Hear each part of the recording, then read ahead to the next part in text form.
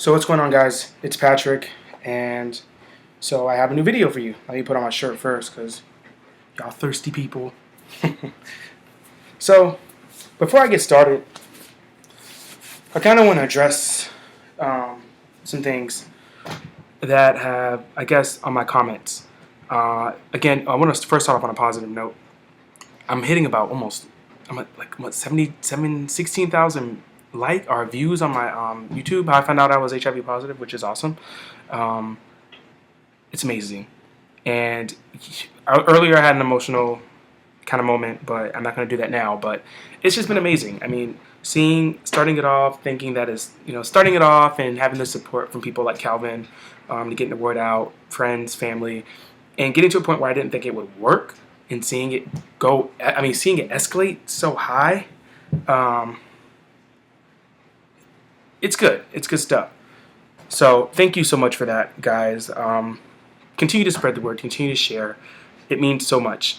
The blog is going strong as well. My Facebook page, I think I'm at 161 likes. I hope to get 200 by the end of the month, but I'm just taking it a day at a time.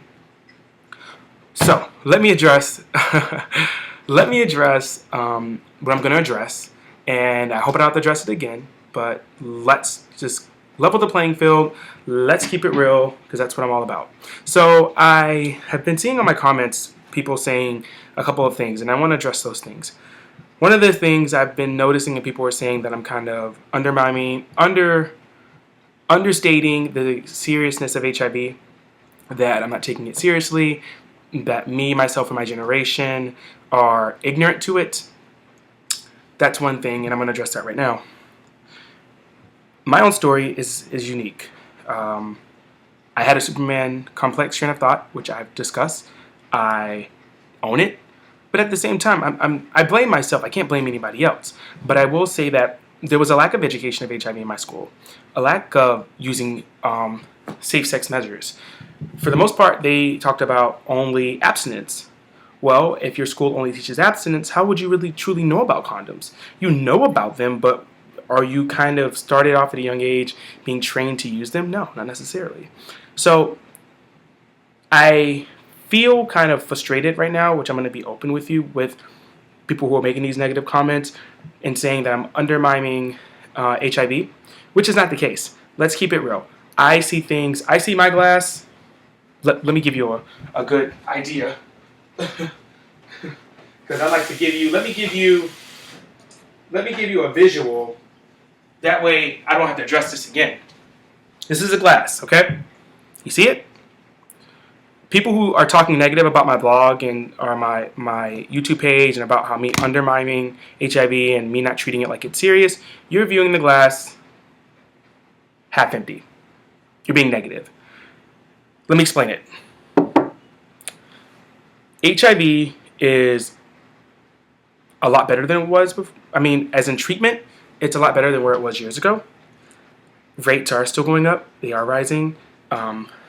Even this week, I mean, I've been hit up by people who are just finding out they're positive, people who need someone to reach out or need someone to talk to. I mean, I'm not going to name names, but because I wouldn't do that. It's about confidentiality. But, it's a lot of people. And I would say more than 5. And for me, that's high. I take it seriously. But I view it half full. Reason being, okay, medications have made HIV a more manageable condition. I'm not going to say it's a pill a day keeps the doctor away and keeps the virus away. Yes, it does suppress the virus. There are side effects. There are long-term conditions. And there are unknown conditions. I mean, these are newer medications. So 10 to 20 years down the road, we don't know how the medications will affect our bodies. And I will be the first to say I fear that. But me doing this blog is simply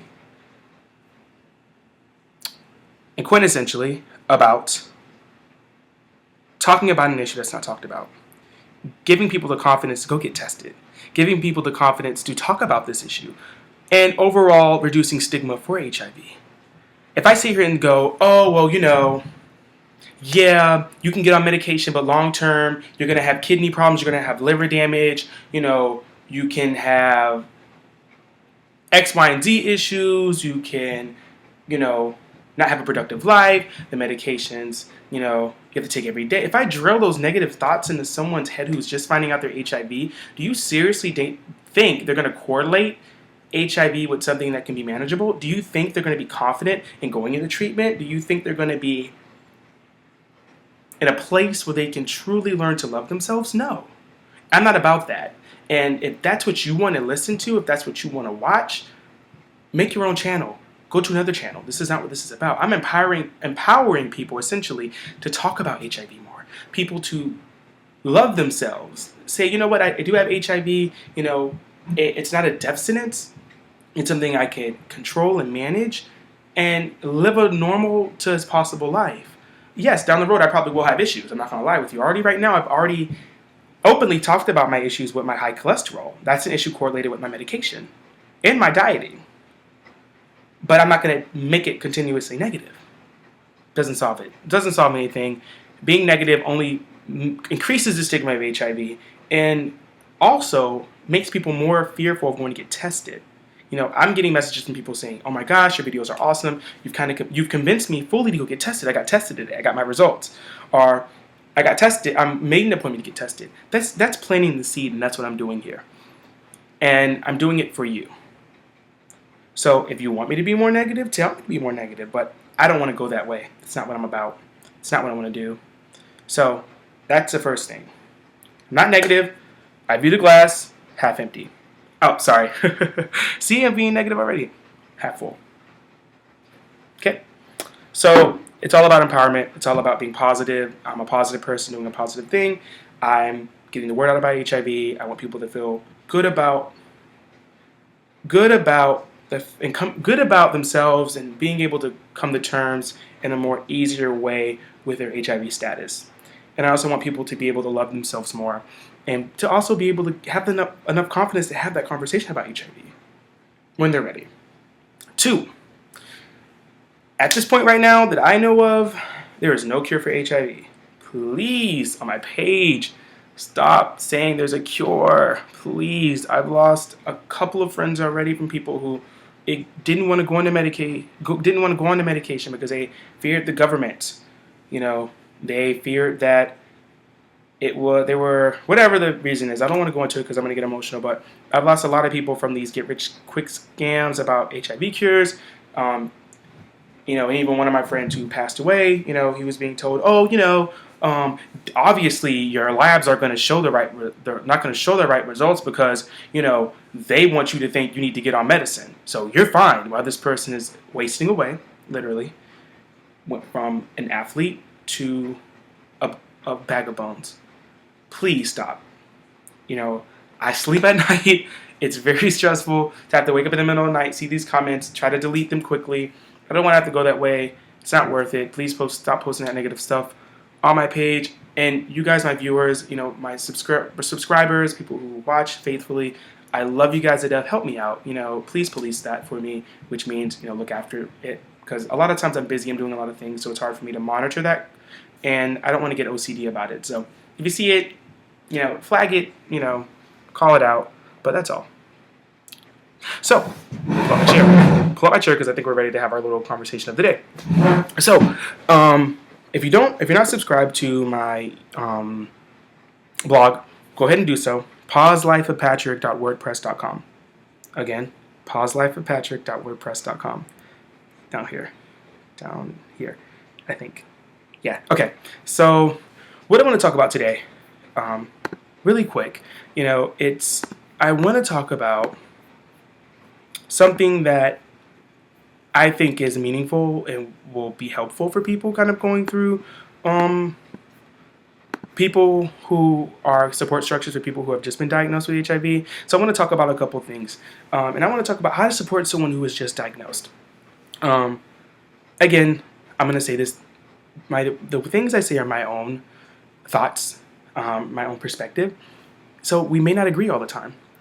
But I'm open to your opinion. I'm open to your thoughts. So hit me up on my Facebook page. Message me. Let me know what you think. Send me an email. those kind of things help me out. We can have a dialogue and a conversation about it. And who knows, maybe a day or so later, I may make another video, maybe changing some things. You never know. But I love to have conversations and dialogue. So let's take it back. So let's say you've just been told by someone that they're HIV positive and they just found out or initially were diagnosed. What are the things that you can do? Well, I think the major thing about that is for someone to take that step and tell you that their HIV status and the fact that they just found out is huge. That person probably is putting their lives in your hand. They're initially trusting you with so much. And I know for me, how it was when I first found out about my status. It was a lot. It was very stressful. I felt alone. I felt lonely. I felt like I was going to die. And the first person I told, I pretty much put everything onto them. It means a lot. And so through my experiences, I have a couple recommendations and a couple thoughts about what you can do. And the major thing is support. It's everything. Even if you're just there physically, just there in the room with them, for them to talk to, just to vent to, that's important. It means a lot. And, it doesn't always have to be vocal. You don't always have to be talking to them and constantly trying to engage them. You don't have to. I think one of the most important things is just being quiet and just being in the room with them. And then every now and then checking in and saying, hey, how are you doing? What are you feeling? What are you thinking about? And then kind of feeling your way through it. Don't go in and just, ooh, you just found out, so what you gonna do, girl? What you gonna do? Who you gonna talk to? Who you gonna tell? No, you don't have to do all that. Initially, support is just being there. Asking, what can I do? What do you want me to do? That's important, Understanding your patience. This person probably just received the most traumatic news of their life, if not the most, one of the most. So understand that, their reactions may not be breaking down crying, that it may be being quiet. And bear in mind that that person, on the flip side, may be very dramatic, crying, screaming, yelling. You have to be prepared for it. And, I just think that patience is a virtue. I think that it's very important because, they may not want to talk about how they may have come into contact with the virus. They may not want to talk about their whole doctor's visit or explain to you how they found out. They just may not want to. They may become more introverted. They may just want to be at home. They may just want to just be by themselves. Excuse me. And, that's understandable. And I think it's okay to give them space. My thing is, my philosophy about getting hard news is you can be sad for a moment. You can be sad for a day or two. And you should allow your friend, colleague, partner, lover, spouse to do that. I think that, the most important thing is when you start to notice a drastic change in quality of life, that's when you need to step in and be like, that's enough. We gotta get you out the house. We gotta, get you moving. That's when you need to step in. I think a major thing also is that it's not about you. This is something that your friend, your colleague, again, someone that has opened up a huge door, is placing faith in you. And they're not placing faith in you to basically make it about you. It's about them. So, using I statements like, I think you should, or I don't know about that, don't use those. It kind of makes it more about you, and it makes them feel less important. At this time, they need you. They need you as a support structure, and, you should be there for them. And I feel like a lot of times making it more about you kind of makes them feel less valuable or less important, because you're commandeering the conversation. You're commandeering the whole situation to better suit you.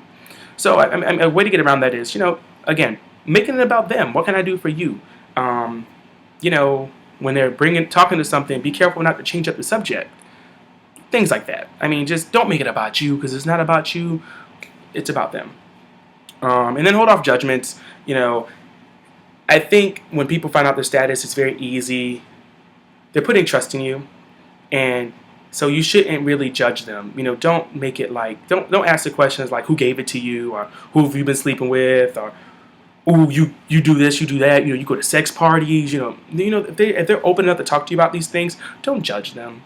We all make mistakes in life. We all go through ups and downs. And I think it's very important to understand that. And, how would you put yourself in someone who just found out their status's shoes, who are sharing that information with you? How would you feel if you're completely being transparent or honest with somebody and saying, I had unprotected sex with Bob and I knew he was cheating on me with 8 people, but, I just did it. How would you feel if someone came back and said, oh, you wrong, you stupid for that? It doesn't solve anything, It makes you feel less valuable. It makes you feel worthless. It makes you feel stupid for making that decision or choice. So just hold off on your judgments. We all make mistakes, and it's good to have amnesty, just forgiveness. Yes, you made a mistake, but, the good thing is that you now know, so you can take control of your life and take the steps you need to get better. Something like that, And then the biggest thing for me, confidentiality. I think we all know what that means. It's basically like what you guys talk about stays between you two. And for someone to talk to you about their status, it's very sensitive. And I've talked about this on how I found out I got HIV. But my confidentiality is broken. I told somebody about my status, and they initially went and told everybody, and my business was on the street. And so I think that for someone to have the guts to bring their walls down, to tell you something, and to trust you, keep it to yourself. Because he or she who's just found out their status and their diagnoses are someone who is still dealing with the issue, fear stigma. They fear being judged, and they may fear their job. They may feel their social status. So basically judging somebody based off of or not really judging, but running and telling their business could put all that at jeopardy. If they're working a very, I don't want to say fancy, but very, very public job, or they do something that that they don't want their business out there. You go and tell it, you're risking their future, their careers, their well-being, and we don't want to be, as a friend, as a colleague, as a spouse, you don't want to do that. And it's so hard. I know it's so hard to want to tell your parents, or you want to tell your best friend, but really, I would say honor the confidentiality. You need to. I mean, I could be in a relationship with somebody right now. They tell me, but I'm not going to tell anybody else, And that's the major thing about it. No one's perfect in life. I'm not saying that no one's perfect, but if you have to tell, I really would say be very careful about who you tell. Because for every action, there's an equal but opposite reaction. And imagine the chain reaction that could take place if you tell the wrong person. So just bear that in mind. So that the confidentiality for me is a big one. Another one is education. Educating yourself on HIV and AIDS is very important right now. But if you're just watching this video and just finding out someone who has been diagnosed and you want to be there for them, I think one of the first steps you want to do is to educate yourself about HIV. And, because you could easily read online that there's a cure, or, a cure that's, like right now in the news, they're talking about like a cure that's months away, which is not true.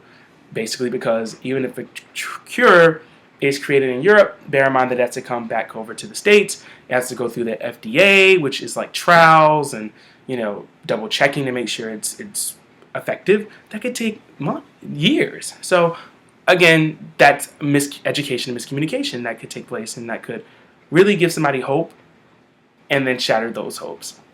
Telling them that there's a cure, like those quick scams, telling them that that's a cure, they buy it, they are out $200 and they see no effect.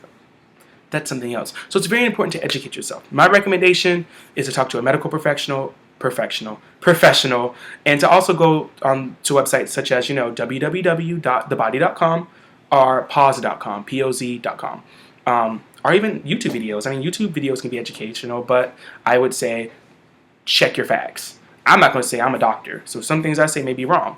But, I guess listening to someone who's HIV positive and kind of getting an idea of what they're going through can give you more of an idea on how to kind of navigate the waters with the person you're dealing with who's just been diagnosed.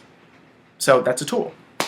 And I say love is so important during this time, because someone who feels diagnosed, for me, when I was diagnosed, I felt like dirty, unwanted, lonely, worthless. I felt like I was never going to be in love again. I was in a relationship at that time, and I still felt like, that person was going to leave me. I felt very alone. I was very depressed. And so I think that it's very important to just spend time with that person. If it's a friend, You can love your friend, so spend time with them. Plan a weekend getaway, a vacation. Heck, if you're on a budget, a staycation. You can stay at home and do something fun and very exciting within your own city or area.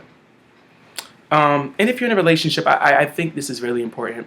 Do something really nice or romantic. Romance does not mean sex. It doesn't have to mean sex. But you can do something like a candlelight dinner or a cruise or, something really romantic to show that person that you're with that you still love them and nothing's going to change. And I know from myself, I don't like repetition. A lot of you may not, but for me, it was good when I constantly got the reminder that I love you, I'm here for you. That meant a lot to me because I go through ups and downs, and we all do in life. But dealing with HIV, those ups and downs are a lot more common. Depression is very common. And so it's good to have somebody saying, I love you, I'm there. Give a hug, a kiss, I think touch is very important for someone who's just been HIV positive because they do fear people will not want to touch them or deal with them. So, for me, my best friend, when we went out to dinner, she grabbed a fry and ate it right off my plate. And the same ketchup that I was eating out of, and she sipped out of the same straw that I was drinking out of. And that I broke down crying at the restaurant because that was love. And that was unconditional love for me, what I got. And it just meant a lot. For me to have somebody eating after me and drinking after me and not caring and being educated, again, education about HIV, it just meant a lot. So that's one of the most important things. And I mean, the list goes on. It goes on and on and on. But I think it's really important to show support, have understanding and patience, be selfless. It's not about you. And being non-judgmental, being confidential, keeping what you two talk about between yourselves, being educated on HIV and AIDS, and loving. I mean, loving is so important. Emotional connection is very important. And for someone who's HIV positive or just finding out, it can be a disconnect there. So showing that person that you love them and you're there for them, awesome. So, and I will say that, my friend Calvin and I kind of had a conversation. He commented on my blog, but, he made a good point and something I forgot to state, but dealing with HIV is a process. And again, I go back to what I said at the beginning of the video. HIV is not easy. I never said it was easy. It's a process. I'm still in that process. I have major trust issues.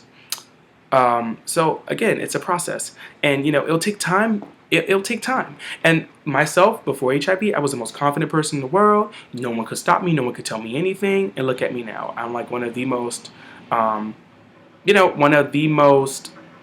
insecure people out there. And, people comment, oh, you look cute. I like what your face is clear. Da, da, da. Not really, but I don't think so. So a confident person down to a very subconscious person. The effects of HIV, very mental. But it can make the most confident person feel as small as an ant. And there's so many different things you can do dealing with somebody who's just telling you about their status, or someone who's just, who basically has trusted you enough to tell you their status. The list can go on. I really want to know what you think. So hit me up on my Facebook page, facebook.com/pauselifewithpatrick.com, or comment here. I would love to continue the conversation. But I think it's very important to really know that supporting someone really with HIV, and someone who's been diagnosed with HIV, is very important. It's a tough time. Finding out initially is one of the most stressful, loneliness, sleepless, deep in thought, saddening, depressing times out there. And it's very hard. And I'm going to be honest with you. There were days that I didn't think I was going to make it. That's how hard it was. And people who know me know I'm one of the most hard-headed, most determined people out there. But HIV almost led to me just giving up. I was really on the verge of suicide. On the verge of suicide. So it's important, really, it's important to have a good support structure. If you don't have a good support structure, find one. There are people out there. I'm here. I mean, I'm always here to talk. I'm always here to engage. I can Skype. If you want to talk on the phone, I'm here. But don't be out there alone. You don't have to be out there alone. There's no reason to. We're all in this together. I feel like everyone who's HIV positive is a family where we all know what we go through. We all know it's not easy. It's easier than what it was years ago. But it's still not easy. So I do understand, but we're in this together, and we should stick it out together. So let me know what you think, and continue to watch. Thank you so much for being fans, and every 5 minutes I'm like getting blown up with like subscriptions, and I just feel so good about it. It makes me smile. So yeah, but let's keep the negativity off the page. We don't need that. We don't have time for that. But other than that, love and happiness. Thank you guys so much for supporting me and everything that I'm doing. It means the world to me. I love you. I'm actually getting ready to make dinner. My brother cooked some grilled chicken, or he baked it. So I'm gonna like make a salad and chop it up and put it in there. I am gonna talk about my diet, but it's very hard because my parents are very Southern, and my mom likes to be healthy, but there's a lot of like fried chicken and stuff that comes through, and I really don't eat meat like that. I call myself a vegetarian, but I cheat. I'm a cheatitarian. So the fridge right now, I'll show you. I'm not ashamed of my game, but the fridge right now looks a hot mess. Like, it looks a hot mess. Like, to the point where like half the stuff in here I don't even eat. So you have like quinoa, like lacticid. You got fruits and veggies. My mom's all about that. Coconut water, which I do drink from time to time. Orange juice. But I mean, I really don't eat a lot of things in here. I should, but I'll talk about the fitness thing kind of later on down the road when I can start building my own grocery list. It's been hectic, so I haven't really been home that much. But other than that, I hope you guys enjoyed the video. Spread the word. And with that being said, I'll go about my evening activities. I need some sleep. You can probably see the bags under my eyes, but hope all is well. I'm so sorry for the delays in videos. It's been hectic. I haven't been getting much sleep, but I hope to give you more soon. So without further ado, enjoy. And I know my lips are chapped. I've probably been like talking with like white lips throughout the whole video, but no worries. Love you guys so much. Take care. I'm going to really wrap it up this time. www.pauselifewithpatrick.wordpress.com, www.facebook.com/pauselifewithpatrick. I am going to be coming out soon with a Tumblr and a Twitter. I'm just not ready for that yet. I'm kind of already on social media overload, but I'm going to get there. It'll take time. It's a confidence thing, and it takes time. So I'm done. So have a great day. Have a great night. And just know that the choice is yours to have a great day or not. I'm not gonna lie. Some days I have a horrible day, but it's all up here. It's all me. So be positive. Have positive thoughts, and do the damn thing. It's that simple. All right, guys. So take care, and always remember you can always hit me up on Facebook.com or on YouTube. So have fun. See you guys later.